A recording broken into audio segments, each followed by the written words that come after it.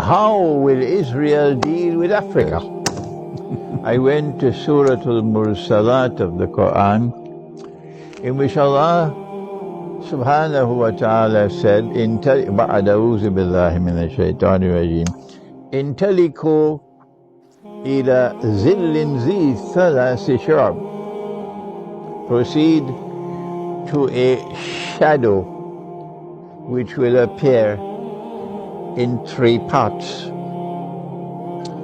I may be the only voice at this time interpreting this verse of the Quran in this way, that Allah is referring to Dajjal in the shadow. The shadow represents Al-Masih al-Dajjal. And Dajjal will be a shadow before he appears in person. And during the period when he is simply a shadow in the world, the shadow will appear in 3 parts. And in the first part of the shadow, we had Pax Britannica. And Britain attempted to rule the world on behalf of Dajjal. And so Britain had this obsession with the Holy Land.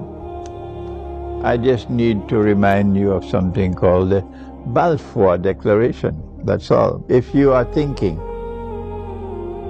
and if you don't spend all your time with that machine called a smartphone, if you spend all your time with the smartphone, when will you get time to think? When will you get time to think?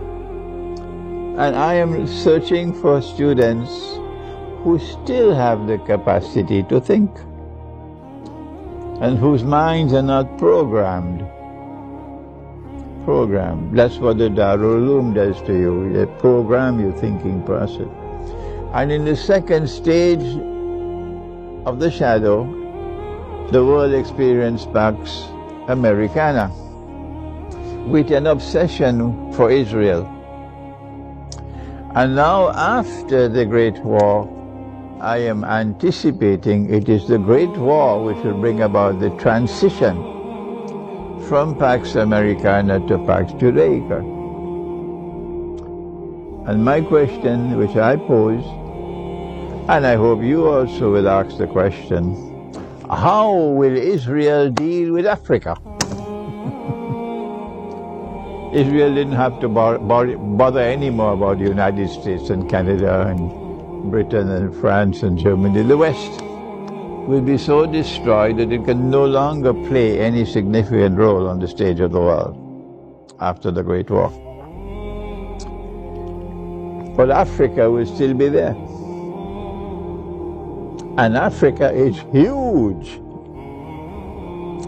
So how will Israel deal with Africa in the post-Malhama world? Israel will be the greatest oppressor of all, greater than Britain and greater than the United States.